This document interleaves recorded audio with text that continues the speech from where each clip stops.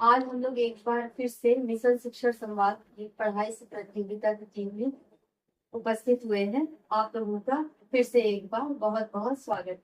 तो आइए बच्चों, आज हम लोग विज्ञान के एक नए टॉपिक की शुरुआत करते हैं। आज का हमारा टॉपिक है परमाणु क्रमांक, द्रव्यमान संख्या, समस्थानिक और नाभिक।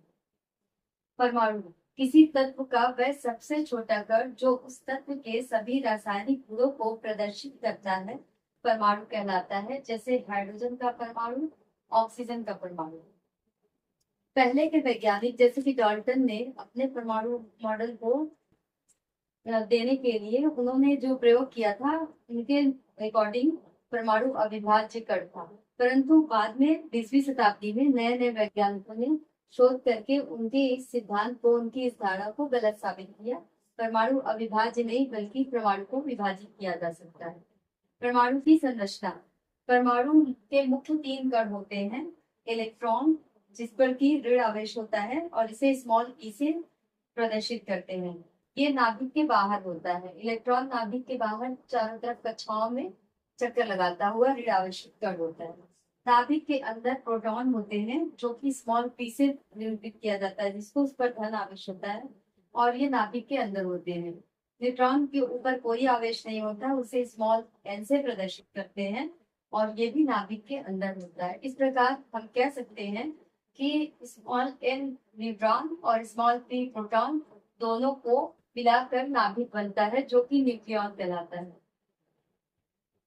नाभिक नाभिक को सबसे पहले रदरफोर्ड ने अपने परमाणु मॉडल के प्रस्तुत करने के बाद उन्होंने ये बताया था, उन्होंने अपने परमाणु मॉडल में एक प्रयोग किया था सोने की पतली पन्नी पर अल्फा कणों की बौछार कराकर। उन्होंने देखा था कि कुछ अल्फा कण सोने की पतली पन्नी को भेद कर बाहर निकल जाते हैं, कुछ सोने की पतली पन्नी को से टकराकर वापस लौट आते हैं और कुछ अल्फा कण सोने की पतली पन्नी से टकराकर अपने मार्ग से विक्षेपित हो जाते हैं।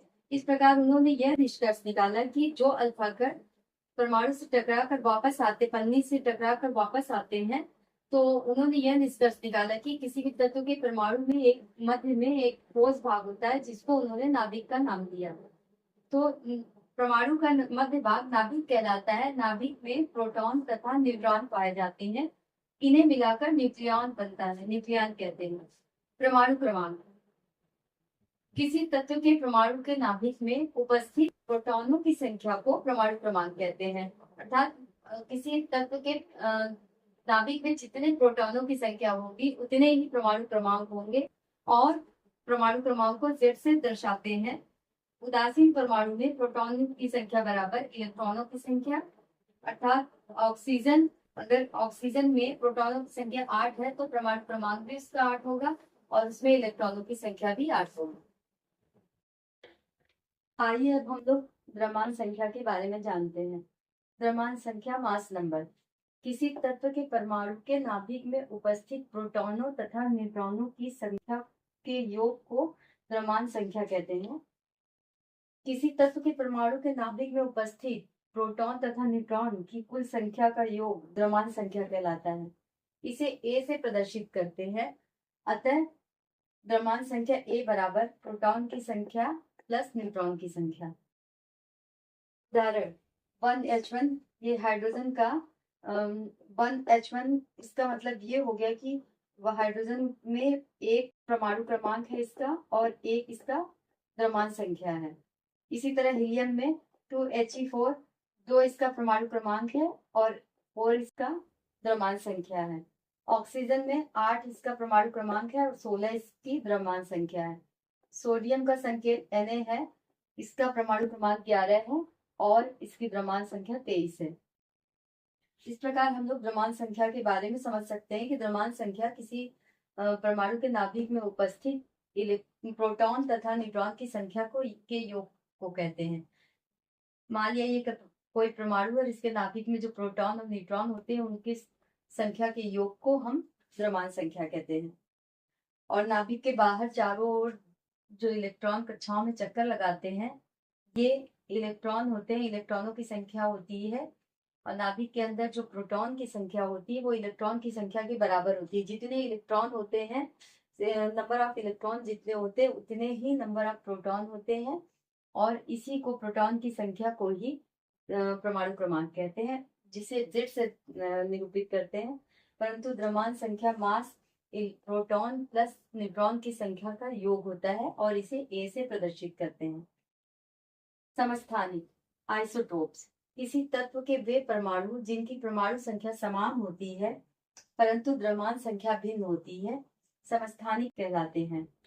किसी तत्व के वे परमाणु जिनकी परमाणु संख्या समान होती है परंतु द्रव्यमान संख्या भिन्न होती है, समस्थानिक कहलाते हैं। इसको हम लोग उदाहरण से समझ सकते हैं। जैसे हाइड्रोजन के 3 समस्थानिक प्रोटियम 1H1, ड्यूटेरियम 1H2 तथा ट्राइटियम 1H3 है। 1H1 प्रोटियम 1H1, इसका मतलब समस्थानिक, इसमें परमाणु क्रमांक समान होते हैं। इसमें परमाणु क्रमांक 1 है, प्रोटियम में भी, परंतु द्रव्यमान संख्या 1 है। लेकिन ड्यूटेरियम में परमाणु क्रमांक 1 है, समान है, जो कि प्रोटियम के समान है परमाणु क्रमांक, और द्रव्यमान संख्या 2 है। तथा ट्राइटियम में भी परमाणु क्रमांक 1 है, जो कि प्रोटियम और ड्यूटेरियम के परमाणु क्रमांक के बराबर है, परंतु द्रव्यमान संख्या 3 है। इस तरह हम समस्थानिक के बारे में समझ गए कि समस्थानिक क्या होता है। ऐसे परमाणु जिनकी परमाणु संख्या समान होती है परंतु द्रव्यमान संख्या भिन्न होती है, समस्थानिक कहलाते हैं, आइसोटोप्स कहलाते हैं।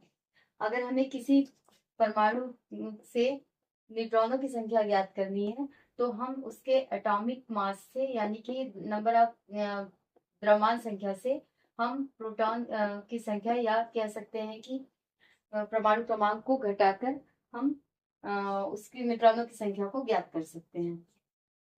संभारिक क्या होते हैं? आइसोबार्स किसी तत्व के वे परमाणु जिनकी द्रव्यमान संख्या समान परंतु परमाणु क्रमांक भिन्न हो, संभारिक कहलाते हैं।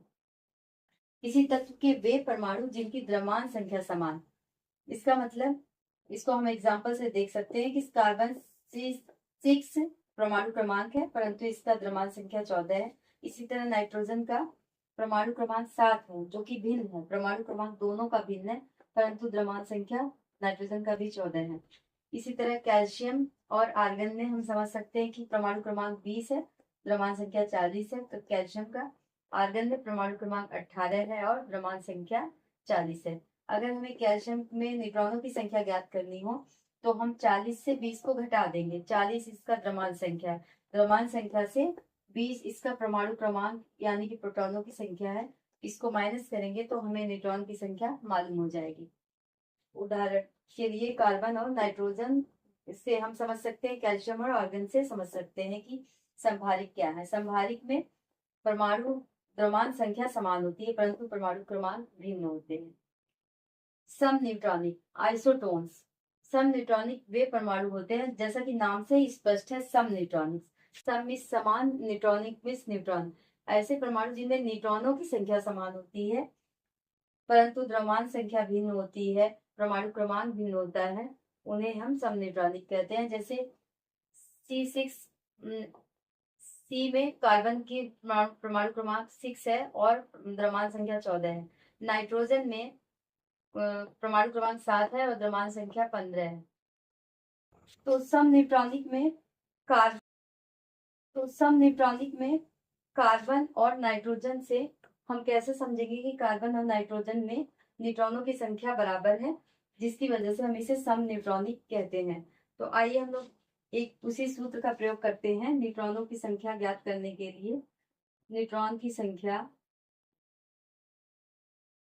नाभिक के अंदर जो प्रोटॉन और न्यूट्रॉन होते हैं उसमें न्यूट्रॉन उदासीन होता है, इस पर कोई आवेश नहीं होता है। न्यूट्रॉन की संख्या बराबर होता है द्रव्यमान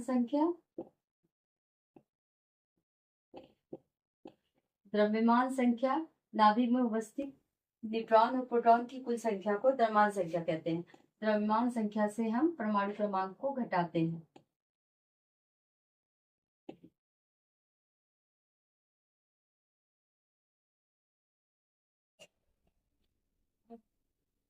यहाँ कार्बन में द्रव्यमान संख्या 14 है और परमाणु क्रमांक 6 है।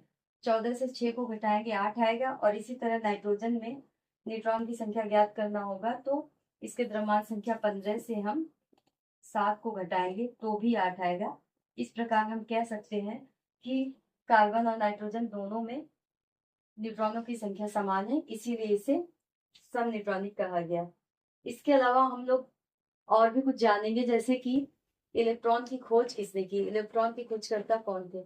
इलेक्ट्रॉन की खोज थॉमसन ने की, प्रोटॉन की खोज रदरफोर्ड ने की और न्यूट्रॉन की खोज सर जेम्स चैडविक ने की। और अगर हमको कुछ क्वेश्चन इस तरह से दिया हो कि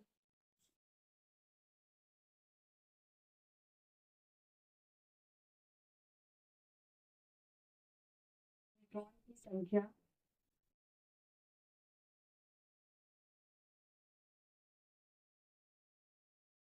ज्ञात करने का सूत्र,